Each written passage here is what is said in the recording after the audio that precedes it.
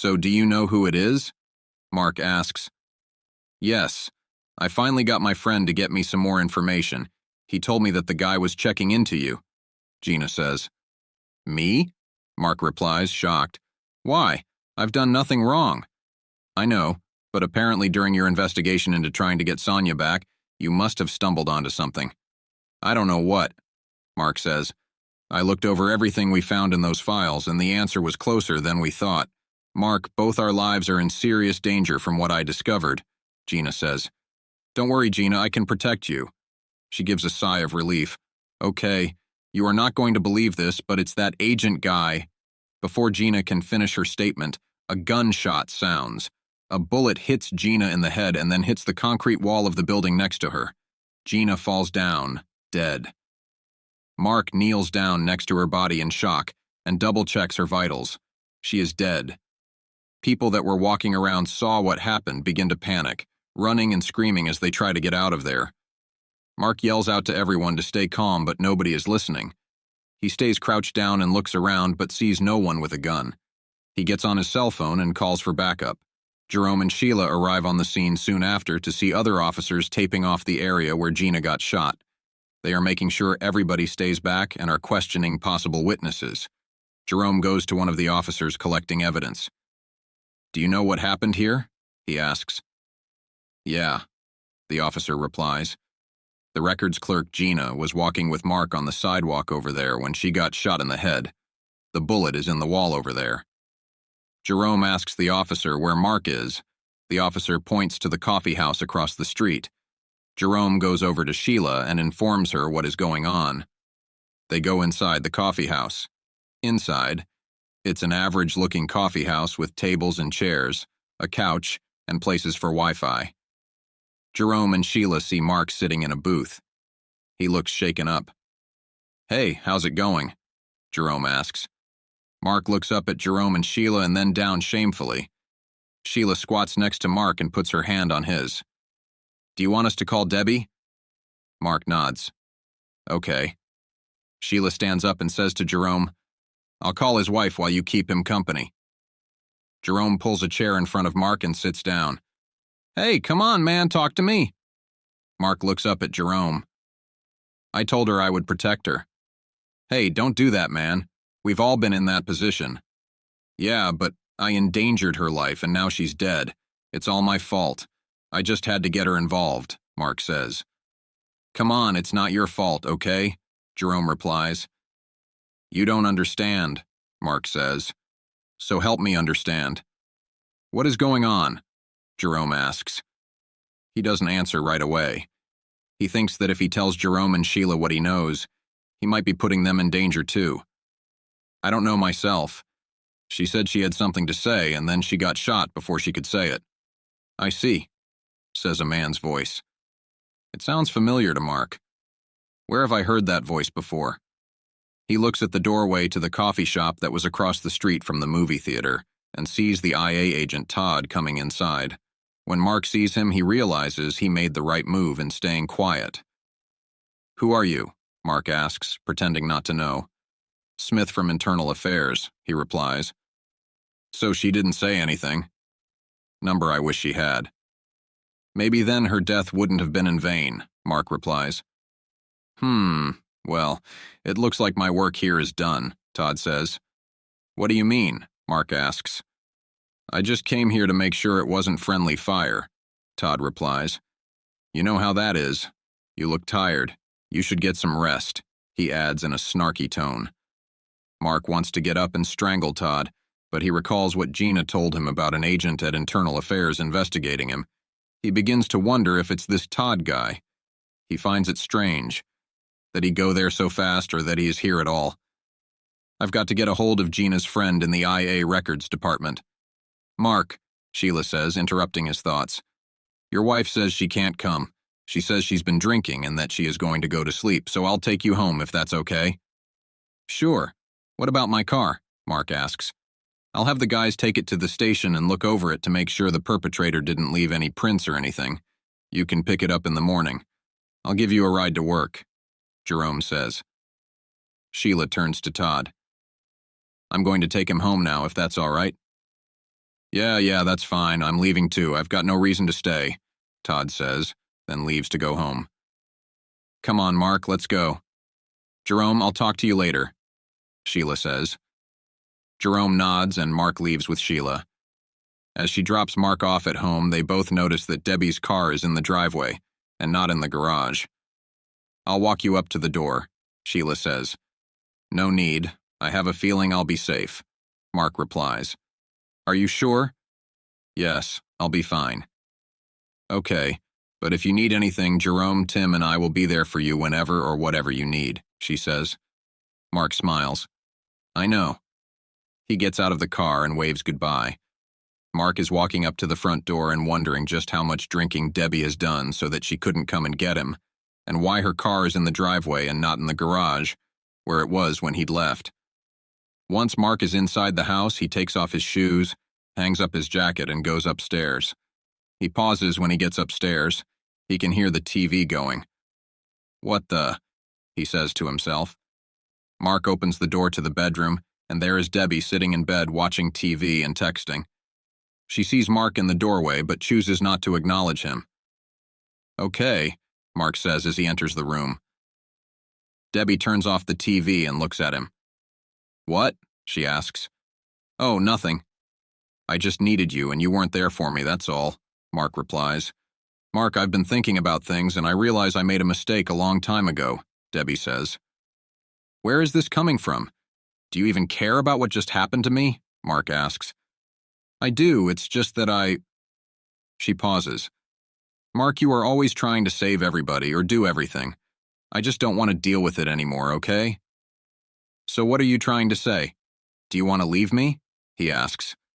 No, not really, she replies. What does that mean? No, not really? It means I love you, but I don't want to talk about it right now. I think we should, Mark says. Well, I don't. Good night, she says. Debbie turns off her cell phone and her lamp and lies down in the bed. Fine, Mark says. He goes into the bathroom and Debbie yells that he can just go sleep on the couch. Mark tells her fine, he will. He wishes he could have driven home. That way he could have gone to a nice hotel room. But he's still glad he let them take the car to check it out. After all, they need to make sure no bombs were put on the car. Mark goes and sleeps on the couch. He spends most of the night tossing and turning before giving up. He gets up and gets dressed and decides to call a cab. He'll go over to Gina's place to see if he can find anything. When Mark arrives, he can see the cops are still there. Have you guys found anything? He asks. Nope. We haven't checked her bedroom yet, though, Tim says. I'll look in there, Mark says. He goes into the bedroom and looks around but sees nothing that catches his eye. Then he asks Tim if anyone got Gina's cell phone and if they did, what was on it. Our experts Dwayne and Samson are looking at it now back at the station, Tim answers as he hands Mark his car keys. Why don't you take my car over there? I can just get a ride back with one of these guys. Mark takes the car keys. Thanks, Tim. I really appreciate it. No problem. Mark thanks Tim again and then leaves to go to the station. Over at the police station, Mickey's personal limo is waiting outside for Mickey, the police. Station doors open and Mickey comes out and gets in the limo. Eric is already sitting inside when Mickey gets in. Eric tells the driver that they're ready to go and the limo leaves the police station. Mickey gives Eric an evil look. So what took you so long? I had to cut through all the red tape to get you out, Mickey, Eric replies. Don't give me excuses, Eric. If you can't handle the job, then you can easily be replaced. Understand? Yes, sir, Eric replies. The limo pulls up at Mickey's home, but Mickey looks upset when he sees where they are. What are we doing here? I thought you would want to go home, Eric says. Mickey looks at Eric with disgust. Do I pay you to think for me? Eric replies nervously. No, sir, I just thought that... Mickey slaps him in the face. Did I ask you for all that? Mickey snaps. Eric stares at Mickey, so frightened he can't even speak. Did I? Mickey yells. Eric curls up in the fetal position. No, sir, he responds. Mickey seems pleased with Eric's response. Good. Yes or no is all I want to hear from you, he says. He then turns in the driver's direction. "Driver." "Yes, sir?" Mickey tells him to take him to his office, and the limo pulls away from Mickey's home. At the same time, inside Jeff's office, Jeff is talking to Sheila. "Okay, tell Mark and the rest of the officers that we've got the warrant so we can head over to Mickey's home and office to check them out," he says. "Great," Sheila says. "I've been looking forward to this all day." Everyone at the police station starts getting ready to leave. Over at Mickey's office, the limo comes to a stop and Mickey gets out. He turns to look at Eric, who is still sitting in the limo. "Are you coming?" Mickey asks. "No, I have to check on what the police are up to, and I have to meet with the district attorney," Eric replies. "All right, see you later then," says Mickey. He closes the door, and the limo drives away as Mickey enters the building. Mickey begins walking down the hallway, talking to himself while looking around. He wonders where everybody is. He arrives at his office and goes inside, where he sees Assassin and his men chained to the walls around his office. "What is the meaning of this?" Mickey exclaims. Assassin is screaming about how he can't believe that he is here. All he did was follow Mickey's orders and sent his men to kill Sonya. This is the thanks he gets? The office door closes behind Mickey once he fully enters the office. Mickey turns and tries to open the door, but he can't. He hears something ticking and turns around, but he sees nothing. Then he sees Assassin and his men looking up. Mickey looks up as well and sees a bomb attached to the light fixtures on the ceiling. "Oh shoot!" Mickey yells. He tries to get out through the window by stepping up on a chair, but the glass won't break and the window is sealed shut. Mickey looks at the bomb. It starts to count down. 5, 4, 3, 2, 1, 0. Then nothing happens. Mickey laughs and starts to relax a bit. Suddenly the phone rings in his office. He picks up the phone. "Hello?" Cleaner is on the other end of the line. "Did you enjoy the joke?" he asks. "What?" "The joke," Cleaner repeats. "Did you enjoy it?" "Of course not." "Oh, sorry about that. Then you are not going to enjoy this one either. You better look at the floor under the rug in your secret compartment." Mickey drops the phone and runs around his desk to the rug. He lifts it up and looks in the compartment in the floor. To his dismay, the compartment has a bomb in it. Assassin and his men's eyes get big. They struggle even harder to get out of the chains, but to no avail. Assassin pleads, "Mickey, please help us." "I don't have time for that," Mickey snaps. "I'm trying to get out so that I can live." Assassin responds, "After all I've done for you." "Well, I thought you were top-notch assassins. Can't you get yourselves out of some weak chains?" Mickey laughs. "Don't act so surprised. You knew the risks in working for me. You know that I look out for myself first and foremost. Stop being such a wimp. Death looks good on you, don't you think?" Assassin screams. Mickey continues trying to find a way out while Assassin and his men struggle to escape. The bomb in the floor switches on and starts counting down. 5, 4, 3, 2, 1, 0, nothing. Everyone breathes a sigh of relief. "Oh, thank God, another joke. There is no way I'm going to die at the hands of some stupid punks," Mickey says. Just then, the cabinet next to the window pops open, revealing a sign inside. "Too bad, douchebag." This is not a joke. Mickey looks around, panicked. He looks out the window and can see a silhouette of a man with long hair. A tear rolls down Mickey's cheek. "Oh." Before Mickey can finish his statement, the explosives in the cabinet detonate. The room is disintegrated first, and then the whole building goes up in smoke. Bonebreaker and Cleaner are watching the whole thing from a safe distance, on a monitor in Bonebreaker's car. All the cops from Mark's precinct at the station and on patrol hear a call over the radio. About an explosion over at Mickey's office. Mark gets on the radio. "We should be there within minutes. We were already on the way." Jeff and another officer are in the car driving to the scene. Jeff gets on the radio and responds to Mark. "Good. I want to know what is going on over there." Teehee police arrive to see the building in ruins. Tim and Jerome arrive in separate unmarked cars. Jerome looks around in disbelief. "What the—" Tim interrupts him. "My thoughts, exactly." Sheila walks around, taking everything in. "All right, ladies and gentlemen, don't just stand there. It's safe now, we can start checking everything. Be sure not to contaminate the scene, she says. All the police officers on site say, "Yes, ma'am," and move to investigate the scene. Sheila monitors the other cops as they check the place out. Two of the investigators call over to her. "We found something," one says. Sheila, Mark, Jerome, Tim, and Jake go over to take a look. Jeff arrives on the scene and joins them. They see a number of charred bodies. One of the bodies has Mickey's ring on, so they believe it's safe to assume that it's him. The other body has a gold tooth, like assassin. They see the other bodies and come to the conclusion that they are assassin's men.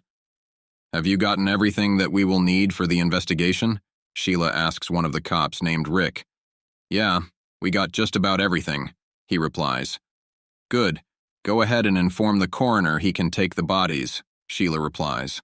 She then adds, "One thing I think everyone wants to know is, why was Assassin and his men all in chains?"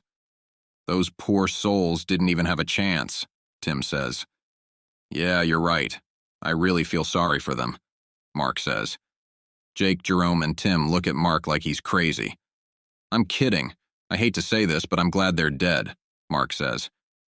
Jerome agrees. "Now we have to find out who killed them," he says. "Well, at least we know one thing at this point," Mark says. Jake, Tim, and Jerome look at him quizzically. "We know something has happened to Mickey. Whether he's dead or alive, we know something major just took place," Mark explains. They all agree. "I guess we should still continue with our investigation," Jerome says. "It should lead us to some answers." "You're right," Mark replies. "We should still investigate so we can make sure his empire is taken down with him." "I'm glad you agree with me. Anything else we should do?"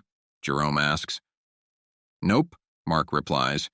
"We're already going to run several tests just to make sure that Mickey's body is definitely one of them, and that he won't be coming back somehow." "I couldn't agree with you more," Jeff replies. "Maybe once all the dust has settled, my brother and Sonya can feel free enough to leave." Mark nods. "I'm sure they will." "So, do you guys have any ideas on who could have killed these people?" Sheila asks. "No," Mark replies. "But I know who might." Sheila frowns at him. "Who?" "Sonya. I'll go to the hospital and ask if she knows of anyone who would want Mickey dead." Jerome wants to go with Mark, but Jeff says no. They have too much investigating to do. "I think Mark can handle this on his own," Jeff adds. "So what do we do?" Jake asks. Jeff is about to speak when his cell phone rings. He answers his cell, and then after 2 minutes he ends the call. "Okay guys, I've got to go," he says. "I've told Tim what I would like for you guys to do, so listen to him for your assignments. If any of you need me, I'll be back at the station." Tim starts handing out orders. "Okay guys, this is how we're going to do this. Jake and I will go check out Mickey's house and see what is on that computer." Jake nods in agreement. Tim then looks at Sheila and Jerome. "You two will go check out the morgue." "Okay," Sheila says. "What do you want us to do there?" "I want you to check with Doc to see if he can confirm that it is Mickey's body." Tim turns to Mark. "You already have your assignment." Mark nods, and Tim tells everyone to make sure they stay in touch. Then they all leave to go do their assignments. That evening, Tim and Jake are the first to get started on their assignment. They arrive at Mickey's house and knock on the door. Jake and Tim can hear someone inside, but no one is saying anything. "We are police officers and we need to come inside and speak to the lady of the house," Jake says. Jolene, Mickey's 42-year-old blonde wife, cracks the door. "Not without a search warrant," she says. Tim replies, "Then it's a good thing we got one. Now let us in." Jolene lets them in. After they step inside, Jake says, "All right, guys, I want this place checked from top to bottom." Tim heads over to Jolene, who is pacing around frantically. "You guys have no right to touch anything in our house. You have no proof of anything," she says. "Well, actually, we do. It's called a search warrant. You should have tried paying attention when we were telling you that earlier at the door. Wait until my husband gets home, he'll kill you," she says. "I'm afraid your husband won't be killing anybody," he replies. "He is no longer with us. Sorry to tell you." "What?" she cries. "Your husband is dead," Jake tells her. "We're just waiting on confirmation now." Jolene collapses with tears in her eyes. "No, this can't be true," she moans. "But it is. I'm sorry for your loss. Well, not really, since your husband was a terrible man." Jolene looks at Tim with a shocked look. "You're a jerk," she yells, and runs off to her room, crying. "Wow, man," Jake says. "What?" Tim asks. "Looks like somebody has been around Jerome too much when he's playing bad cop," Jake replies. "I guess you're right, but there's no point in lying to that woman. She knows what a jerk her husband is." "Let's go see what the guys have found, especially on those computers," Tim says. He and Jake head toward the master bedroom. Meanwhile, Jerome and Sheila pull up at the morgue. "I hate coming here," Jerome says. "So do I," replies Sheila. They walk into the building and down a long hallway, and when they get to the end, Jerome opens a door that leads to the doctor's office. "After you," Jerome says. Thanks," Sheila says, puzzled. Jerome smiles at her. "Hey, I'm being a perfect gentleman here," he says. Sheila looks at Jerome skeptically. "Well, that could be it. Or maybe you're just scared one of the bodies will come back to life and eat you, and you want me to check it out first," she says. Jerome smiles broadly at Sheila and asks, "What would make you believe something like that?" "Oh, come on, Jerome. Everyone knows you only open the door for girls you want to have sex with.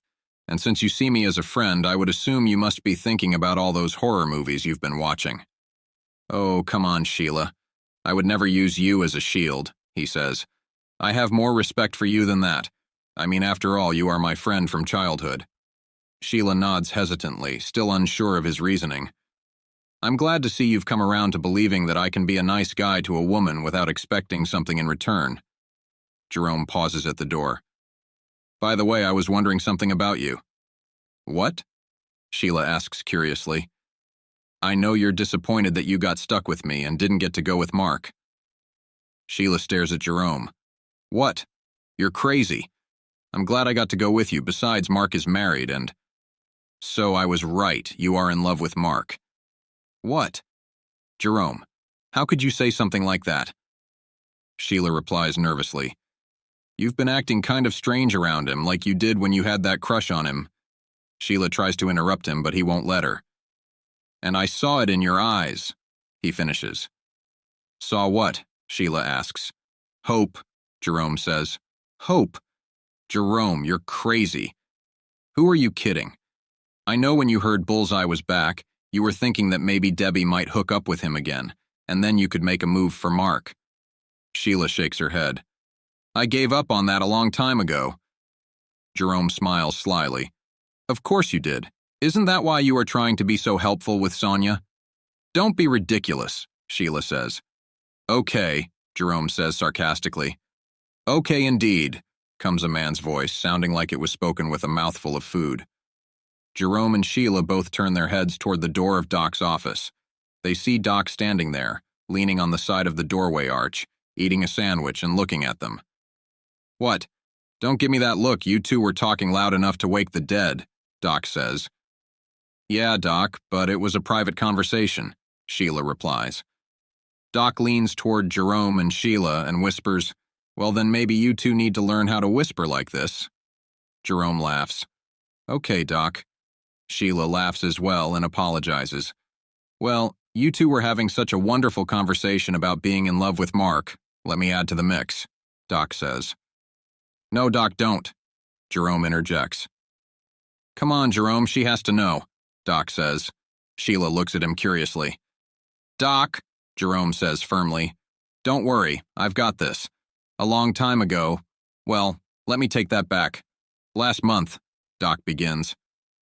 "Doc, please," Jerome pleads. "You're going to—" "Go ahead, Doc," Sheila interrupts. Jerome is getting more and more concerned. Doc continues from where he left off. "As I was saying, last month, Jerome confessed his love for Mark to me." Sheila's eyes get big as she looks at Jerome. "You are in love with Mark? Now it all makes sense," she says jokingly. "Doc, Sheila, quit playing around," he snaps, getting angry. "Sorry, Jerome, you know I can't make up a lie that quick on the fly," Doc says, "and since I had already said Mark's name, I had to say something."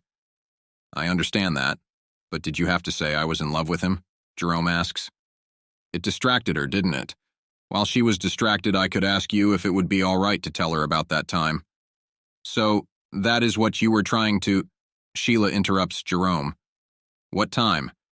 Jerome says, I don't know if you should hear this. Do you still think… What time? She repeats. Jerome ignores her. Please, Jerome, I can handle it. Jerome takes a deep breath and nods at Doc, who then says, First, let me clear up something before Jerome kills me. Jerome is not gay, he likes girls. I know that already, I was just joking earlier. Everybody knows he's straight. I mean, after all, I…